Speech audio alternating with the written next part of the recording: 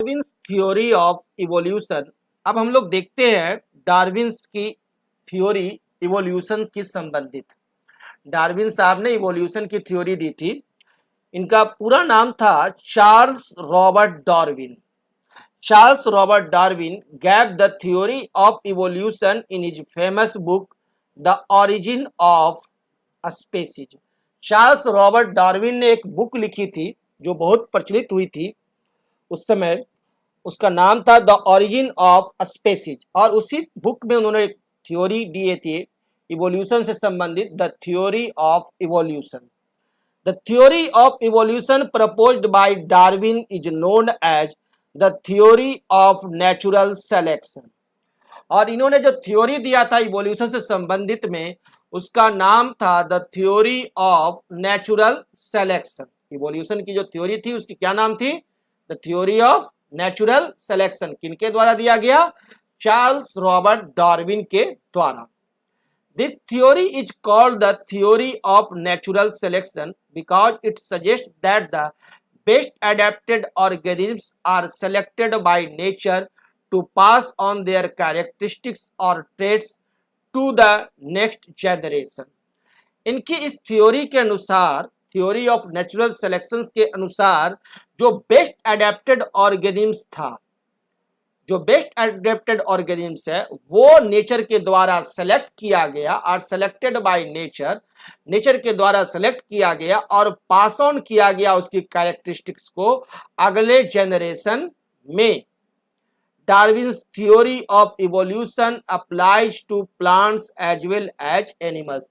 और इनकी यह जो थ्योरी है वह प्लांट्स और एनिमल्स दोनों पर अप्लाइज होती है। Darwin's theory of evolution can be described as follows. Darwin की थ्योरी को हम लोग इस तरह से डिस्क्राइब कर सकते हैं, within any population there is natural variation. आप किसी भी पॉपुलेशन में देखिए वहां नेचुरल वेरिएशन पाया ही जाता है। प्रत्येक स्पेसीज में देखिए, एक ही स्पेसीज के अलग अलग इंडिविजुअल्स में भी बहुत सारे वेरिएशन पाए जाते हैं। Some individuals have more favourable variations than others. कुछ इंडिविजुअल्स के पास बहुत ही ज्यादा फेवरेबल वेरिएशंस होता है दूसरे की तुलना में। Even though all species produce a large number of offsprings, population remain fairly constant naturally। और कुछ तो है स्पेसीज ऐसे हैं जो कि बहुत ही अधिक ज्यादा ऑफस्प्रिंग्स प्रोड्यूस करते हैं पॉपुलेशन, और उनकी पॉपुलेशन बहुत ज्यादा होती है। This is due to the struggle between members of the same species and different species for food, space and mate। और प्रत्येक मेंबर्स के बीच में आपको स्ट्रगल भी चलती है सेम स्पेसीज में, आपको फूड के लिए, स्पेस के लिए, मेट के लिए। The struggle for survival with in population eliminates the unfit individuals. और ये जो सर्वाइवल के लिए जो स्ट्रगल चलता है उसमें जो अनफिट इंडिविजुअल रहता है वो आपका एलिमिनेट्स कर दिया जाता है पॉपुलेशंस के द्वारा। The fit individuals possessing favorable variations survive and reproduce। और जो इंडिविजुअल्स फिट है वो आपका वेरिएशंस में, फेवरेबल वेरिएशंस में सर्वाइव करते हैं और रिप्रोड्यूस करते हैं। This is called natural selection. यह हुआ नेचुरल सेलेक्शन या सर्वाइवल ऑफ द फाइटेस्ट।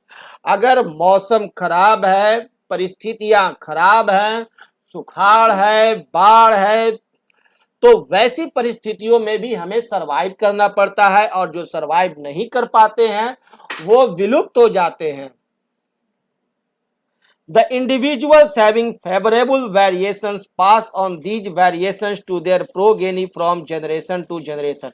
और जो इंडिविजुअल सरवाइव करते हैं वो अपने वेरिएशंस को अपने बच्चों में, फिर उनके बच्चे, फिर उनके बच्चे, यानी progeny from generation to generation, ये आपको पास आउट होते रहते हैं जो भी फेवरेबल वेरिएशंस होते हैं। These variations when accumulated over a long period of time lead to the origin of new species। और ये जो वेरिएशन जो फेवरेबल हुए, जो ज्यादा बेटर हुए, जो भी वेरिएशंस ज्यादा बेटर हुए, वो एक लंबे समय में जाकर के उस स्पेसीज में कुछ परिवर्तन ला देते हैं, है ना, चेंजिंग लाते हैं कि भाई ये जो काम है, पार्ट है जो ज्यादा काम कर रहा है, ज्यादा अच्छा है, तो उसमें कुछ चेंजिंग आ जाता है। और इस तरह से नेचुरल सिलेक्शन के द्वारा आपका न्यू स्पेसीज का ओरिजिन होता है। इसे देखिए हम लोग एक बहुत ही सिंपल उदाहरण से समझ सकते हैं कि यहां पर देखिए आप देख रहे हैं कि 3 एनिमल्स हैं, 1 2 3, एक ज्यादा टॉल, एक ज्यादा मोटा, एक ज्यादा छोटा, है ना, कुछ इस तरह से 3 है और तीनों में खाने पीने का झगड़ा हुआ, है ना। तो एक तो यहीं पर पहुंच पाया, दूसरे का दुलत्ती मार करके उसको मार दिया इसने, और ये बंदा ही खाना के पास पहुंच पाया, ये भी आधा पहुंचकर नहीं पहुंच पाया, तो ये भी आपका डेथ हो गया, इसका भी मृत्यु हो जाती है। और ये बंदा सरवाइव करता है और हजारों लाखों वर्ष सरवाइव करते जाता है, और ये अपनी स्पेसीज के, अपनी पॉपुलेशन को बढ़ाता जाता है, और इसी की कैरेक्टरिस्टिक्स, इसी की वेरिएशंस आगे बढ़ते जाते हैं, और इसके अच्छे अच्छे गुणों को लेकर के जो सर्वाइवल के लिए जरूरी है, और ये आपका एनिमल्स अडेप्ट कर जाते हैं और न्यू स्पेसीज आपको बनाते भी हैं। नेचुरल सिलेक्शन, यही नेचुरल सिलेक्शन है, is the process of evolution of a species whereby characteristics which help individual organisms to survive, वो कैरेक्टरिस्टिक्स जो कि इंडिविजुअल को सर्वाइव कराती है, and reproduced are passed on, और फिर वो क्या करते हैं, अपने को रिप्रोड्यूस करके पास आउट करते हैं टू देयर ऑफस्प्रिंग्स, अपनी अच्छी कैरेक्टरिस्टिक्स को अपने ऑफस्प्रिंग में भी, and those characteristics which don't help are not passed on, और वो कैरेक्टरिस्टिक्स जो कि उन्हें सर्वाइव करने में हेल्प नहीं करते हैं वो पास आउट नहीं होते हैं, धीरे धीरे वो कैरेक्टरिस्टिक्स धीरे धीरे विलुप्त हो जाते हैं। तो this is a natural selection. Genetic variation is the raw material of evolution, genetic variation ही है जो कि इवोल्यूशन का रॉ मटेरियल है।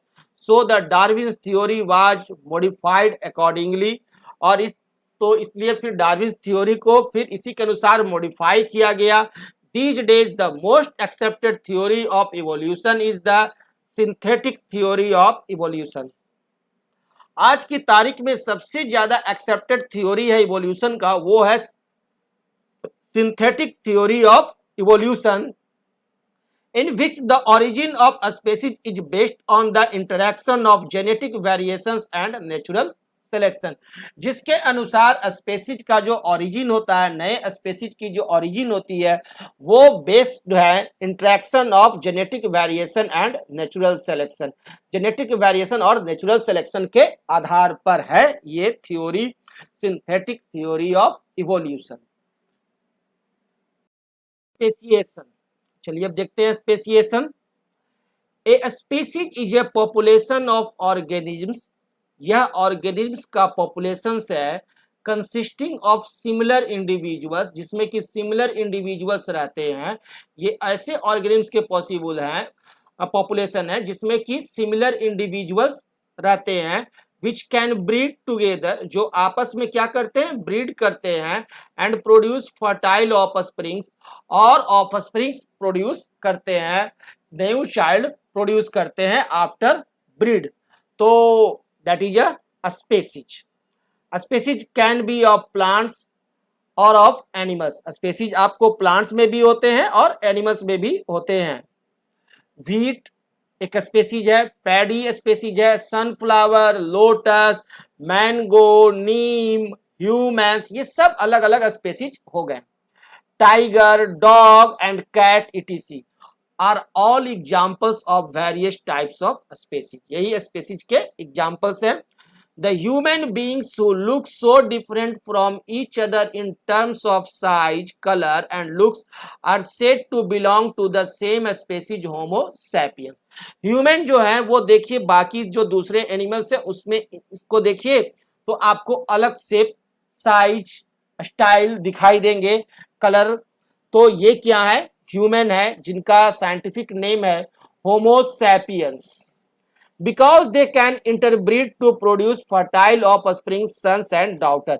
और ह्यूमन जो ही है जो एक दूसरे से आपको इंटरब्रीड करते हैं और फर्टाइल करते हैं अपने ही तरह की स्पेसीज को, जिसे कि सन्स एंड डॉटर्स भी कहते हैं। The process by which new species develop from the existing species is known as speciation. वह प्रोसेस जिसके द्वारा एक नई स्पेसीज डेवलप करती है फ्रॉम द एग्जिस्टिंग स्पेसीज, जो कि एग्जिस्टिंग स्पेसीज है उससे कोई न्यू स्पेसीज डेवलप कर रही है तो उसे कहते हैं क्या, speciation. The process by which new species develop from the existing species is known as speciation.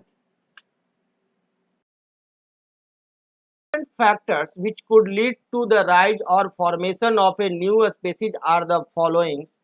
कुछ इंपॉर्टेंट फैक्टर्स हैं जो कि आपको न्यू स्पेसीज राइज करने में आपको बहुत ज़्यादा आपको लीड रोल अदा करते हैं। जैसे कि फर्स्ट है आपको जियोग्राफिकल आइसोलेशन, भौगोलिक अलगाव, माने भौगोलिक अलगाव है of A population caused by various types of barriers.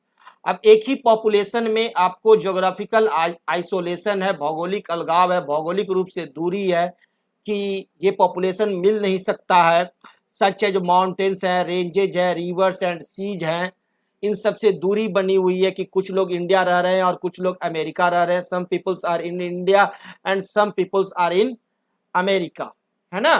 तो the geographical isolation leads to reproductive isolation, और इस ज्योग्राफिकल आइसोलेशन से इनमें रिप्रोडक्टिव आइसोलेशन भी आ गया। दोनों में अलगाव हो गए, दोनों के चाइल्ड जो हैं ऑफस्प्रिंग्स है जो अलग अलग तरह के होंगे, क्योंकि इन दोनों का जो जीन जो है एक दूसरे में परवाह नहीं कर पाएगा।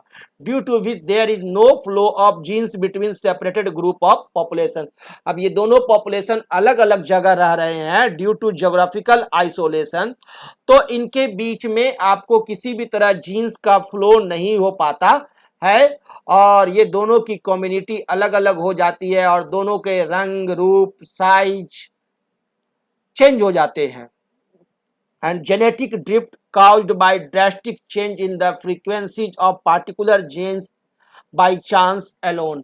और इसमें जेनेटिक ड्रिफ्ट भी आ सकते हैं, है ना। जेनेटिकली आपको चेंजिंग आ गया, है ना, और धीरे धीरे जाकर के ये जेनेटिकली जाकर के उनमें क्या आ गए, परिवर्तन आ जाते हैं और दोनों अलग अलग कम्युनिटी जो है, जो दूर है, जो कभी भी एक जगह नहीं आ पाए, एक साथ नहीं आ पाए, तो इन दोनों में बहुत सारे परिवर्तन आज के तारीख में देखे जाते हैं। जैसे इंडियन और अमेरिकन्स को देखिए तो दोनों में बहुत सारी परिवर्तन है, दोनों में बहुत सारी विविधताएं हैं, जबकि दोनों का दोनों एक ही स्पेसीज के हैं, दोनों होमो सैपियंस हैं, दोनों ह्यूमन हैं। Variation caused in individuals due to natural selection, और नेचुरल सिलेक्शन के चलते वेरिएशन ये है कि एक व्यक्ति आपको अमेरिका में है तो दूसरा इंडिया में है।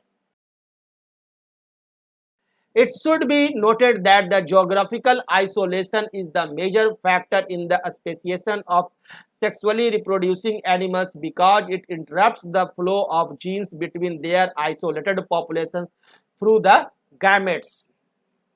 और ये देखा जा रहा है कि ज्योग्राफिकल आइसोलेशन जो है वो मेजर फैक्टर, मेन रोल अदा कर रहा है सेक्सुअली रिप्रोडक्टिंग एनिमल्स में, कि इन दो जो एक ही स्पेसीज के पॉपुलेशन है लेकिन ये दोनों आइसोलेटेड है, अलग है, इसलिए ये दोनों के जीन में बहुत सारी अंतर है, विविधताएं हैं, वेरिएशन है।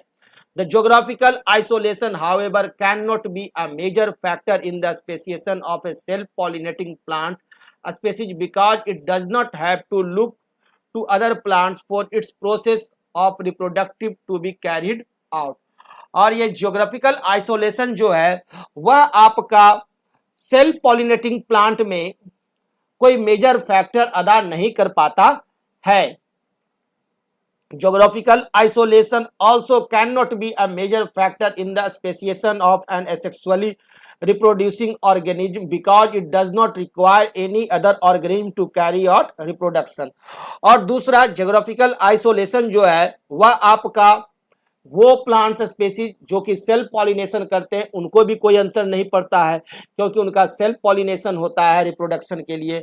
और आपके एसेक्सुअल रिप्रोड्यूसिंग ऑर्गेनिज्म है, जो ऑर्गेनिज्म एसेक्सुअली रिप्रोड्यूस करते हैं, उन्हें भी ज्योग्राफिकल आइसोलेशन से उनमें भी कोई चेंजिंग का, कोई विविधता आने का कोई अंतर नहीं है, उन पर भी वो, या ज्योग्राफिकल आइसोलेशन कोई प्रभाव नहीं छोड़ता है।